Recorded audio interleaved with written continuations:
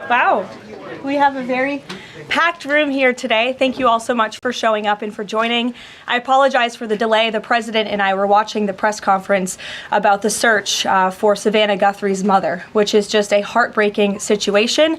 The president, as you all know, spoke directly with Savannah yesterday and told her that the federal government is here to help.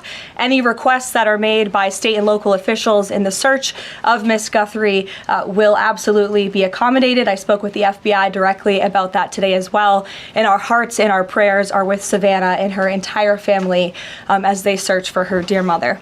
I also have a quick scheduling announcement for all of you. Tonight at 7 p.m. during prime time, President Trump, Dr. Oz, and National Design Studio Director Joe Gabbard will officially unveil Trump RX, a state-of-the-art website for American consumers to purchase low-cost prescription drugs.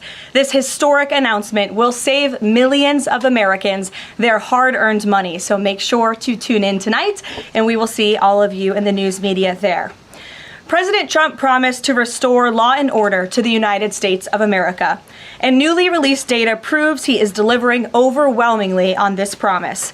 A study from the Council on Criminal Justice shows that the murder rate across America's largest cities plummeted in 2025 to its lowest level since at least 1900. Again, let me repeat, to put this in perspective, this marks the largest single-year drop in murders in recorded history.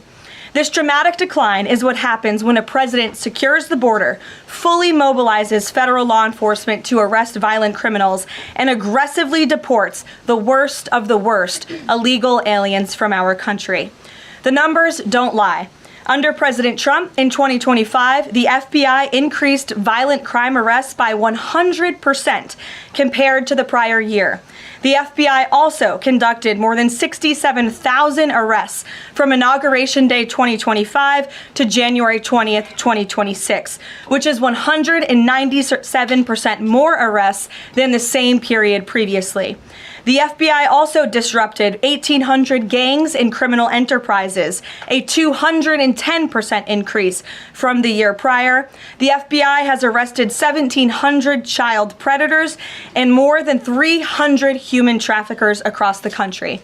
Since President Trump took office, 6 of the FBI's top 10 most wanted fugitives have been captured. Right here in our nation's capital, where you all live, so you know it well, whether you choose to report it or not, the president's efforts to make D.C. safe and beautiful have worked. As of last week, D.C. homicides were down 62%, motor vehicle theft down 53%, and 2025 had the fewest violent gun crimes of any year of available data in our nation's capital. For more proof that these tough-on-crime efforts are working, look at the president's Make Memphis Safe Again campaign. As of last week, there have been nearly 5,600 arrests made, and aggravated assaults are down 53%. Sexual assaults are down 53%, and robberies are down 70%. Again, that's just in the city of Memphis. 5,600 arrests have taken place because of this president and his Homeland Security Task Force that has surged into Memphis at the request of both the governor and the mayor in that city. A Democrat mayor, I will add. These are the results that can happen when Democrats and Republicans, when the federal government and state and local officials work together. And that's what Trump wants to see to improve public safety across our country. When you have a leader like President Trump who empowers good cops to be cops and to arrest bad criminals, American communities will become safer. Many of the media outlets in this room have expressed shock and confusion at these remarkable statistics. The New York Times declared that, quote, "No one knows for sure what's behind the staggering drop in the murder rate. The reason is very clear. It is President Trump's leadership and his unwavering commitment to law and order. The drop in crime is more proof that all that is required to improve public safety on our streets is a leader with the will to do what is necessary to protect law-abiding American citizens. The terror and chaos that was unleashed under Democrat rule is a choice. It's a choice to put violent criminals ahead of innocent Americans, a choice to force us all to live in fear because of soft-on-crime liberal politicians, prosecutors, and judges who lack the basic willingness to do their jobs and put dangerous people behind bars. On November 5th, 2024, the American people made a resounding choice that they've had enough of that, and that's precisely why they re-elected President Trump. So even as Democrats and the liberal media are engaged in hysteria about this administration arresting and deporting violent, criminal, illegal aliens, the undeniable truth is that deporting these individuals is one of the primary reasons why America's streets are safer today than they were 1 year ago when President Trump assumed office. Former President Biden and the Democrats left our borders wide open, and President Trump and the brave men and women of ICE are removing these dangerous criminals. So here are just a few recent examples. Number one, a Venezuelan national and active Tren de Aragua gang member with a rap sheet including homicide, assault, child cruelty, domestic violence, and property damage. This is an individual I can assure you not a single one of you in this room would want in your neighborhood, whether you admit it or not. He entered the U.S. in 2022, and he was released into our country by the Biden administration. He is no longer here, thanks to President Trump. An El Salvadorian national and known MS-13 associate, previously convicted of homicide, conspiracy to commit homicide, and kidnapping, arrested for arson, battery, armed carjacking, and assault. He entered illegally in 2016, was released by the Obama administration, and ICE just arrested him on January 8th, 2026. This example shows you how many criminal illegal aliens have been roaming American streets freely because of a lack of attention to this matter from the previous administration, and President Trump is cleaning up their mess. A Cuban national and blood gangs member convicted of multiple homicides and robbery. ICE arrested him on October 27th and removed him on January 6th, 2026. Arresting and deporting these types of illegal criminals is precisely what the American people voted for. And despite desperate recent attempts by Democrats and those in the media to undermine the president's deportation agenda, these efforts are failing. Brand new Harvard-Harris polling shows overwhelming support for President Trump's efforts to protect law-abiding citizens from criminal illegal aliens. Nearly 8 in 10 Americans say criminal illegal aliens should be deported. A solid majority also support deporting all illegal aliens, regardless of additional crimes. And more than 2 in 3 Americans back the Trump administration's common sense requirement that state and local officials cooperate with federal authorities and work to hand over criminal illegal aliens in local jails for swift deportation. Finally, to prevent another invasion of millions of illegal aliens from happening again, President Trump and Secretary Noem delivered the most secure border in American history. 0 illegal aliens were released into our homeland over the past 9 months. This is a truly remarkable achievement. Again, 0 illegal aliens released into the country in 9 months. This is staggering, and it deserves more attention from all of you. Overall, Customs and Border Protection recorded the lowest total encounters in agency history. Daily encounters have fallen by 95%, averaging just 250 apprehensions at the southern border a day. This is compared to over 5,100 daily apprehensions during the Biden years. It's a night and day difference because we finally have a president who enforces the law and lets our law enforcement do their noble jobs of protecting our homeland. When President Trump campaigned on making America safe again, this is exactly what he meant, and the numbers and the results speak for themselves. With that, I will open it up to questions today. We're going to start with Daniel Baldwin from One America News, who is here religiously covering the White House beat every day. So it's good to see you in a chair instead of standing up today. Daniel, thanks for being here, and why don't you kick us off? Thank you, Caroline. It's an honor and a privilege to represent One America News in the new media seat. First question on that DHS funding bill. Funding runs out in the better part of 8 days or so. Democrats, at least verbally, are very dug in. What does the White House believe their end goal is when it comes to this funding fight, when it comes to immigration policy at large? What is their end goal when they're dug in a position like this at this point in time? Well, the president has 2 end goals. One is to obviously keep the government funded and open, and that includes the Department of Homeland Security, which does not just touch upon ICE and Border Patrol, but also FEMA, the United States Coast Guard, the United States Secret Service. These are brave public servants who work to protect our homeland. The president wants these individuals to get paid. Secondly, when it comes to any discussions about immigration policy, the president is never going to waver in his commitment to allow immigration enforcement efforts in this country and to support ICE and Border Patrol and the deportation of illegal alien criminals. I know Senator Schumer and Leader Jeffries sent over a very long list of demands, some of which the administration is willing to discuss. Others don't seem like they are grounded in any common sense, and they are non-starters for this administration. But we're not going to negotiate policy from the podium. I'm going to allow the president to do that, and any final decisions that are made will be made ultimately by him. But rest assured, he is never going to allow law enforcement in the jobs that they do, the important jobs that they do, to be undermined. And secondly, Karoline, the Department of Homeland Security put out a tweet a better part of an hour ago alleging that an illegal alien was involved in a major car wreck in Indiana, killing 4 people, and they allege that the suspect in question came in under the CBP One app under the Biden administration and received a commercial driver's license from the state of Pennsylvania. What is the White House's reaction to a situation like this, and what is the White House doing to crack down on cases like this where illegal aliens are obtaining commercial driver's licenses? Yes, this is another abhorrent example of the border crisis over the past 4 years, and it again exemplifies why the administration must continue and will always continue to fully back and support ICE and Border Patrol and law enforcement in their removal of illegal alien criminals from our country. For those who don't know, and all of you should report on it, 4 Americans were tragically killed and lost their lives this week yet again from an illegal alien, an individual who was paroled into the country by the Biden administration using the CBP One app, which they created like it was a magic pass for Disneyland. That's not how immigration in this country should work.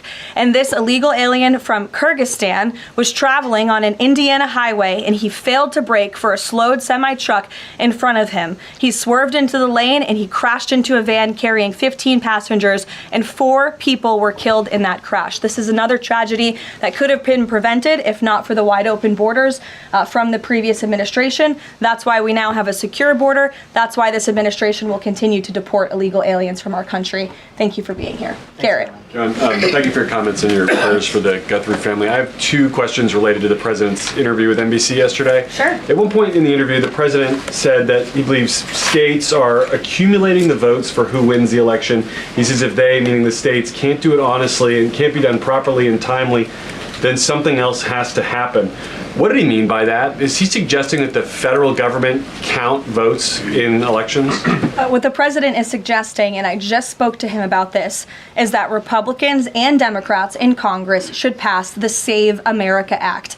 This piece of legislation is going to ensure that states are abiding by federal election law by removing non-citizens from their voter rolls. In addition, the Save America Act will require voter ID to vote, and it will require proof of citizenship to register to vote. These are very common sense policies and proposals that 89% of our country agree with. So that's what the president is talking about. Again, I just spoke with him about this, and he's calling on both Republicans and Democrats to send the Save America Act, to pass it into law and to send it to his desk as quickly as possible. To be clear, the SAVE Act doesn't say anything about who counts votes, which has always been a state, a local, a county function.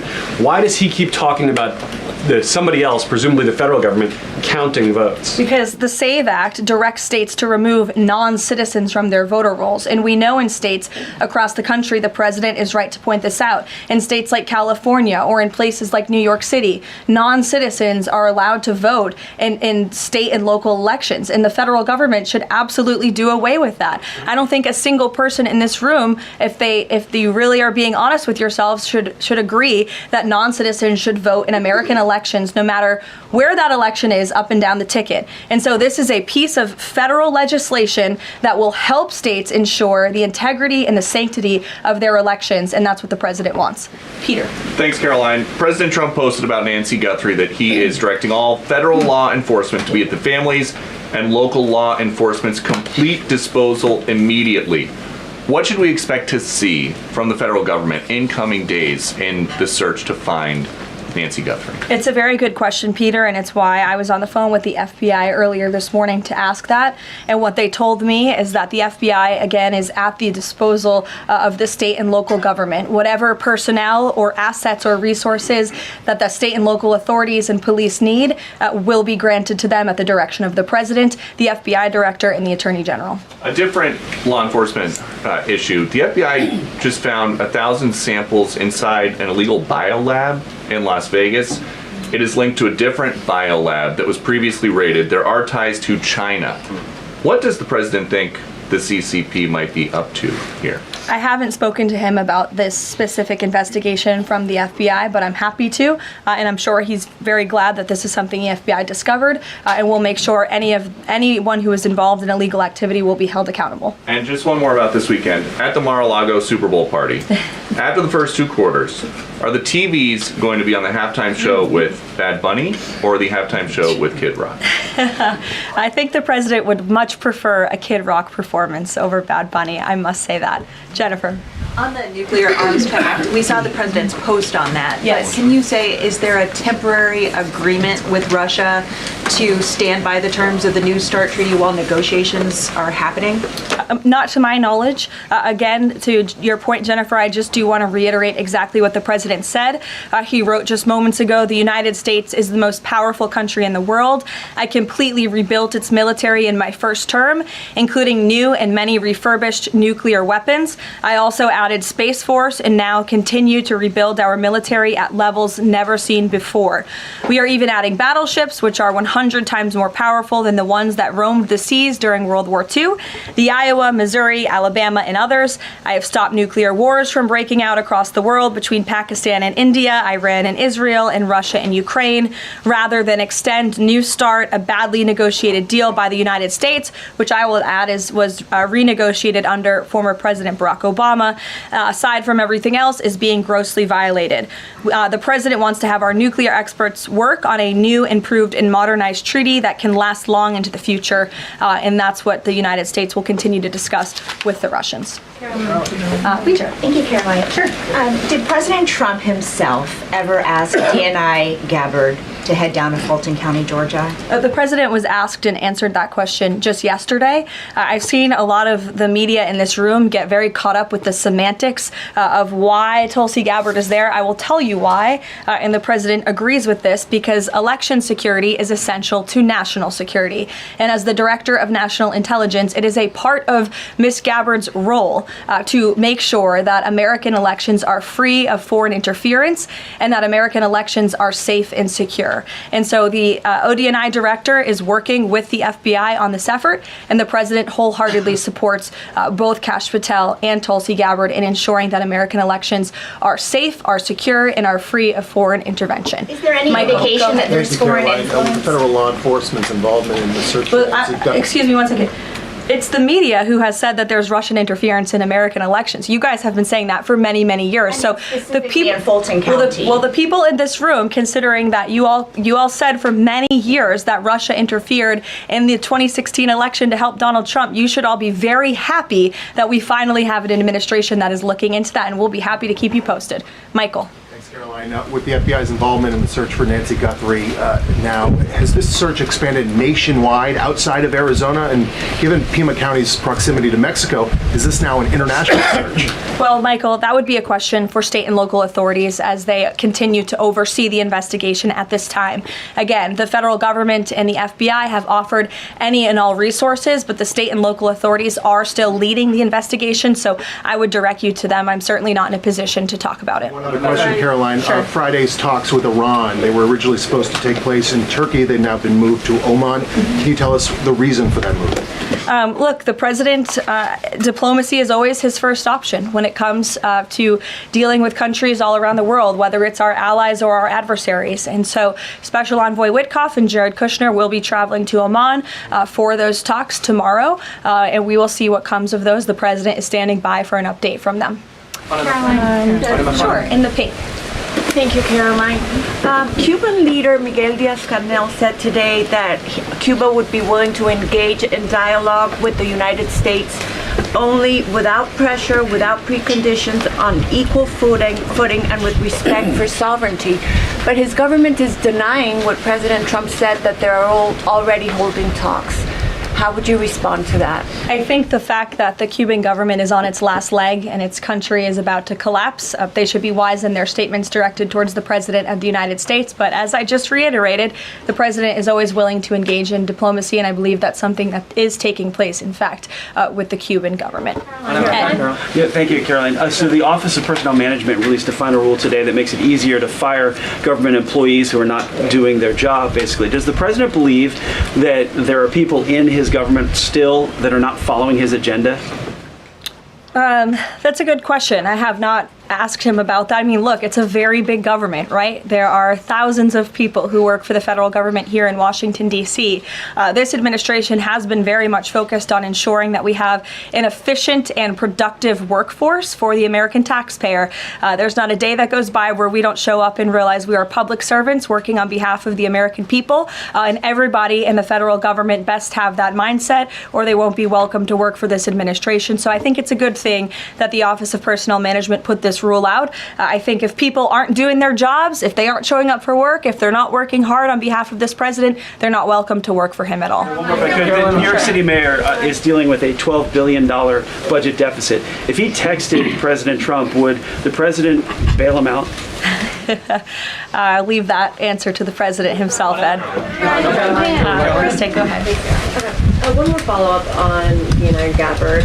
You've said that the president supports the fact that she was there, but last night when he was asked about it, he said he didn't know why she was there. He didn't say that he directed her. Can you clarify on that? Did she go by herself and he learned later and supports it? Well, did you look at the full entirety of his response? I was in the room for that NBC interview, Kristen, and he just said exactly what I told you, which is that election security is essential to national security. We need to ensure that our elections are free and are fair and are free of foreign interference. And he spoke about how Ms. Tulsi Gabbard is involved in that effort. So you're taking like the first three words that he said to one question and not looking at his entire response. Follow up on what you said about foreign interference. You talked about 2016 and Russian interference, but what we've learned from these Georgia officials is what was seized by the FBI were ballots from 2020 in this Fulton County election center. Do you have any evidence that there was international interference in the 2020 election in this election center? What I do have evidence of, and what the media seems to be undermining, is why Tulsi Gabbard is there in the first place. And I would point you again to federal law that clearly assigns the DNI and the office with the statutory responsibility to lead counter intel matters related to election security.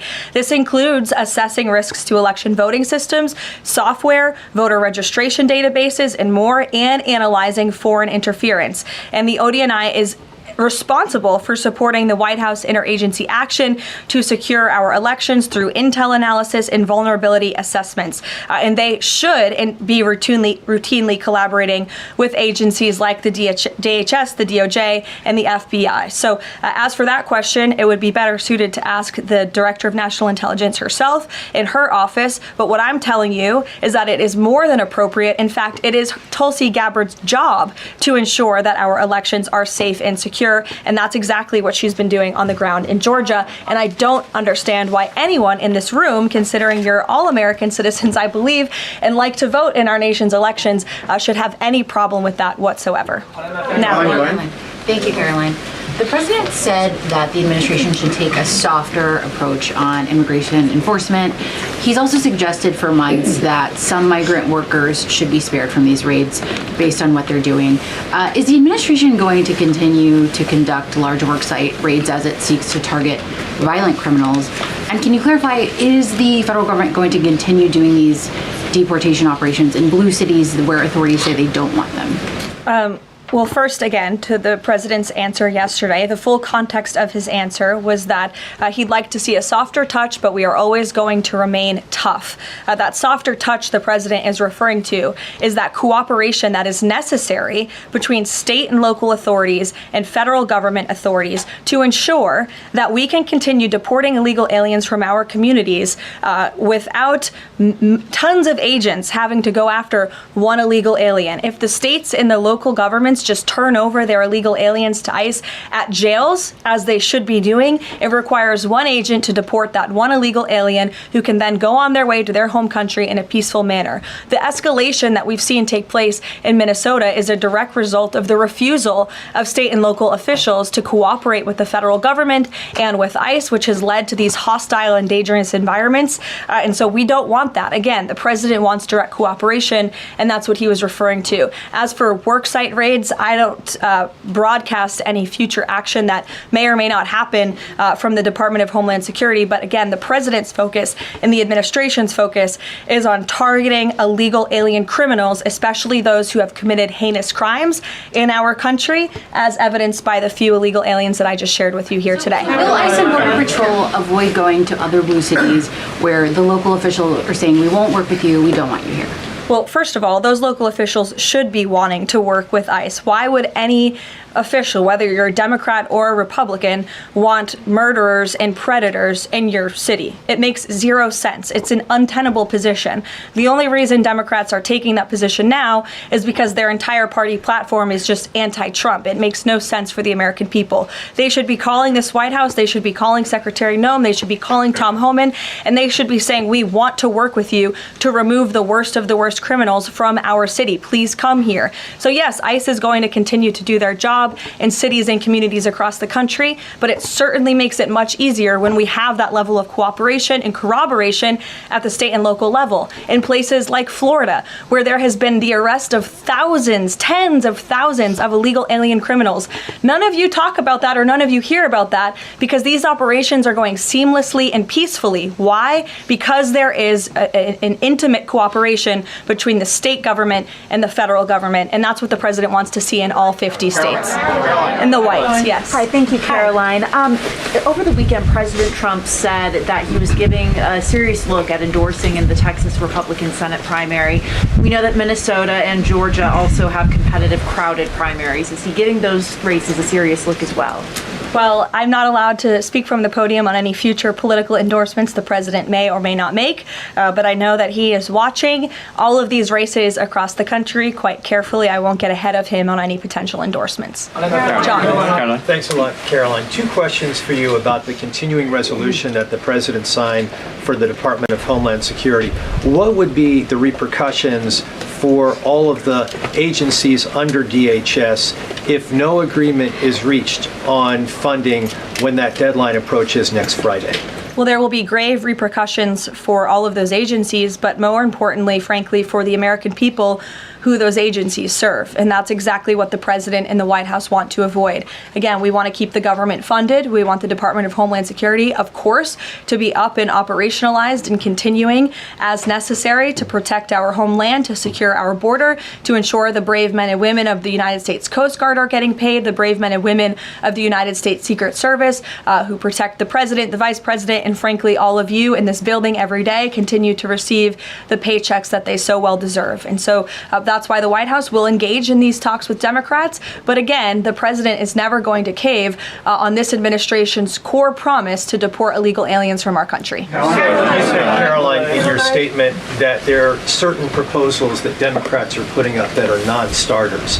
What are some of those non-starters? There are a few, and it's a very good question, but I won't negotiate from the podium. I know the White House will be engaged in direct, serious talks with Democrats on this important matter. Natalie. Thank you. In addition to launching Trump RX tonight, Trump has said that he wants to meet with insurance companies to lower healthcare costs. Do you have any update on when those meetings? Yes, he does want to meet with insurance companies. That meeting will take place. I don't have an update on when it will be on the schedule, but the purpose of that meeting will be to continue to negotiate with these companies to ensure that more money is going back to the American consumer. And you're all going to see that on full display tonight at 7 o'clock with the formal launch of Trump RX. I'm telling you, this is going to be a very cool and unique event, so everybody really should tune in. Can you clarify what the president said on the Diego Garcia deal? He said he didn't like it, now again he says he's for it. He spoke with Prime Minister Starmer directly. He understands Prime Minister Starmer's position, and he supports it. But as the president reiterated in that statement, of course, the United States reserves the right to protect our assets. We still have a military base, of course, on the island of Diego Garcia. And so the president reiterated to the Prime Minister and to all of you that the United States will never waver, if necessary, in protecting our assets anywhere in the world, but including on Diego Garcia. And he supports the Prime Minister's decision. Elizabeth. Just on that one, Caroline, can I ask you? Said that he's now seeking. John, I'll go to you after. Thank you. The president said he's now seeking $1 billion from Harvard, considerably more than before. What changed here, and how are negotiations going? Well, look, this has been an ongoing negotiation and, frankly, a frustrating negotiation for the president and the administration because we want a deal. And it's very unfortunate that Harvard has dragged its feet in understanding they need to rectify the wrongs and the illegal behavior that took place on their campus over the course of the past several years under the previous administration. And so the president wants a justified deal to correct for that criminal behavior that took place on their campus. He is now demanding $1 billion from Harvard University, and Secretary McMahon will be continuing to lead this negotiation and these talks. John. Caroline, thank you. You mentioned some polling earlier that was very compelling on deportations. Rasmussen came out with a poll today, said 75% of Republicans want all illegals deported. It seems like the conversation has shifted again to focusing only on deporting illegal aliens who are criminals. Is the president still committed to deportations of the 20 million illegals that came here under Joe Biden, or are you starting to see that back? Yes, and the president has always been committed to that, John. But we must prioritize, and the prioritization is on those tens of thousands of convicted criminals whom we know are still roaming our streets. ICE and Border Patrol and DHS have done a phenomenal job of removing tens of thousands of them. Actually, nearly 1 million people have been deported from our country over the past year, 2 million additional self-deportations. So nearly 3 million people have left the United States. But again, as you pointed out rightfully, Joe Biden and the Democrats allowed approximately 20 million people into our country illegally. So yes, of course, the president is committed to ensuring that America is and always will be a nation of laws. Thank you, Caroline. Steve Bannon recently said, quote, "We're going to have ICE surround the polls come November." Is that something that the president is considering? That's not something I've ever heard the president consider, so no. You can guarantee to the American public that ICE will not be around polling locations or voting locations in November? I can't guarantee that an ICE agent won't be around a polling location in November. I mean, that's frankly a very silly hypothetical question. But what I can tell you is I haven't heard the president discuss any formal plans to put ICE outside of polling locations. It's a disingenuous question. Caroline, I had two questions regarding the DHS. The first one is, one of the Democrats' main demands for DHS funding was to demask ICE agents.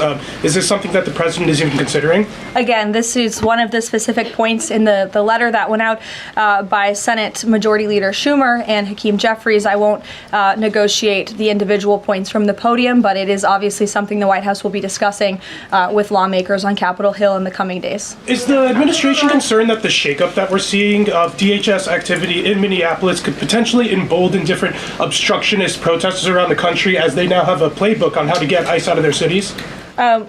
No, because what you saw yesterday with the drawdown of 700 agents only occurred because the condition that the President of the United States set for local states, local counties to turn over illegal aliens to ICE has been met. The vast majority of counties, nearly every single county now in Minnesota, has made an agreement to notify ICE when they are releasing an illegal criminal from their jail. This is a huge win for the administration. Again, it's a condition the President set out and has been met thanks to the tireless efforts of Mr. Homan. And as for the left-wing agitators who have been illegally obstructing ICE's immigration efforts, we are not letting that behavior go unnoticed or unpunished. In fact, just today, the Department of Homeland Security arrested this individual. He is a self-proclaimed Antifa member who has been threatening, doxing, harassing ICE. He called for the murder of federal law enforcement officers officers. He encouraged bloodshed in the streets of Minnesota. He proudly acclaimed affiliation with the domestic terrorist organization Antifa. And the Department of Justice, thanks to the great work of HSI and the FBI, was able to locate and arrest this individual today. So we are committed to enforcing our immigration laws. We want that level of cooperation from state and local officials. And if people are illegally obstructing our federal law enforcement operations, if they are targeting, doxing, harassing, and vilifying ICE agents, they are going to be held accountable, like this individual here, who again is a self-proclaimed member of Antifa. He is a domestic terrorist, and he will be held accountable in the United States. Caroline, just to follow up on Garrett's earlier question, I mean, you've talked a lot about the SAVE Act. I know you spoke with the president about it before you came out here. The president has gone beyond that, though. He's talking about Republicans taking over elections, states are agents of the federal government. So just to be clear, is the president only calling on Congress to pass the SAVE Act, or does he want Republicans to go further than that before the midterm elections? The president is calling on Republicans, again, and Democrats to pass the SAVE Act. I will reiterate, requirement for voter ID to vote. That should be something that no American should oppose. In fact, we know that the vast majority of Americans support it. Requiring proof of citizenship to register to vote, which is not hard to do. We should be able to do that in this country. If you want to register to vote in the United States of America, you have to be a citizen in the United States of America. And this piece of federal legislation will direct states to remove non-citizens from the voter rolls. I just had a conversation with the president about it. Thank you, Caroline. I have two questions. Tariffs on South Korea. As you know, President Trump recently mentioned tariffs, increasing tariffs on South Korea. When will the 25% tariffs increasing on South Korea begin?